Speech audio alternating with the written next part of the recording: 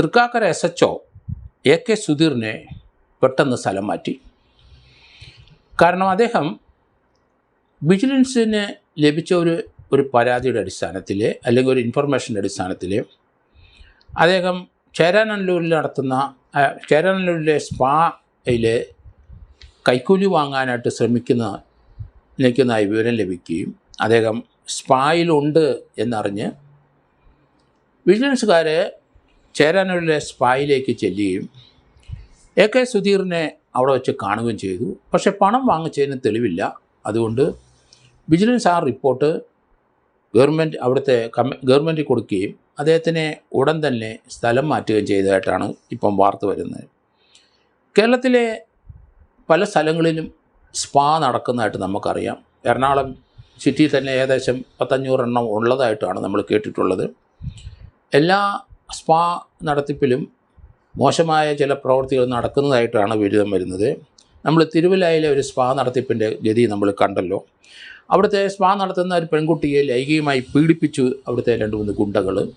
അത് ആ സംഭവം 2-3 ആഴ്ച മുമ്പാണ് ഉണ്ടായത്.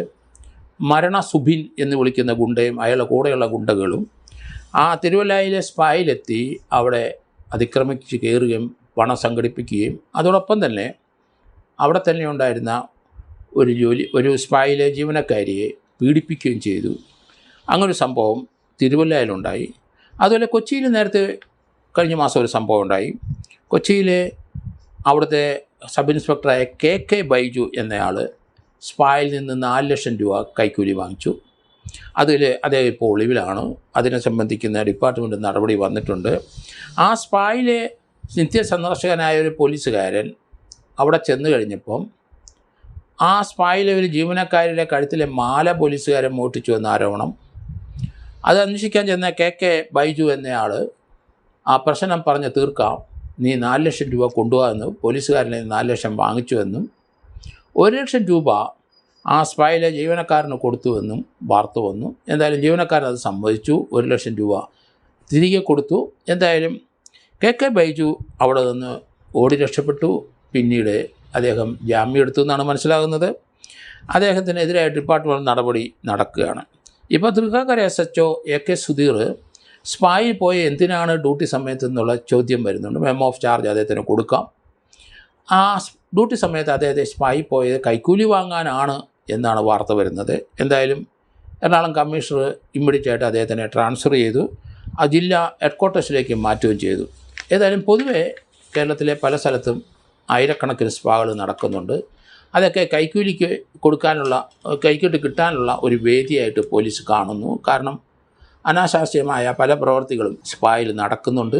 ആ നല്ല രീതിയിൽ നടത്തുന്ന സ്പാകളും കേരളത്തിലുണ്ട്. അവിടെയെങ്കിലും പ്രശ്നങ്ങളില്ല. പക്ഷേ ഇവിടെ പല സ്ഥലത്തും സ്പായിൽ നടക്കുന്നത് മോശമായ പ്രവൃത്തിയാണ്. അതിന് വലിയ പണവും ഈടാക്കുന്നുണ്ട്. അവിടെ നിന്നൊക്കെ പോലീസിൻ്റെ സഹായമില്ലാതെ അത് മുന്നോട്ട് നടത്തിക്കൊണ്ട് പോകാൻ കഴിയില്ല. അവിടെ സാമൂഹ്യ വിരുദ്ധരായ ധാരാളം പേര് വരികയും ചെയ്യുന്നുണ്ട്. അവരിൽ നിന്ന് പണം ലഭിക്കുകയും ചെയ്യുന്നുണ്ട്. അതിൻ്റെ ഒരു ഷെയർ പോലീസിന് ലഭിക്കുന്നുണ്ടെന്ന ആക്ഷേപമാണ് വരുന്നത്. ഏതായാലും പൊതുവെ കേരളത്തിലെ പല സ്പായികളിലും മോശമായ പ്രവൃത്തി നടക്കുന്നു എന്നുള്ളത് അത് വളരെ കൃത്യമാണ്, സത്യമാണ് എന്നാണ് ഞാൻ മനസ്സിലാക്കുന്നത്. അതുകൊണ്ട് സ്പായിൽ പോകുന്നവർ സൂക്ഷിക്കുക. അവിടെ നിന്ന് പല രോഗങ്ങളുണ്ടാകാം നിങ്ങൾക്ക്. അതുപോലെ തന്നെ ഒരു സർട്ടിഫൈഡ് ആയിട്ടുള്ള കോഴ്സുകൾ പാസ്സായ ആൾക്കാർ നടത്തുന്ന സ്പാകളുണ്ട്. അവിടുത്തെ എല്ലാ സ്പായികളും ഒരു ആയുർവേദ ഡോക്ടർ മാൻഡേറ്ററി ആയിട്ടുണ്ടാകണം എന്നൊക്കെയുള്ള നിയമങ്ങളുണ്ട്. അങ്ങനെയുള്ള സ്ഥലത്തൊക്കെ മാത്രം പോവുക. അല്ലാത്ത സ്ഥലത്ത് പോയി കഴിഞ്ഞാൽ പല നിയമപ്രശ്നങ്ങളുണ്ടാകാം. അതുപോലെ തന്നെ പല രോഗങ്ങളും നിങ്ങൾക്കുണ്ടാകാം എന്നാണ് മനസ്സിലാക്കുന്നത്.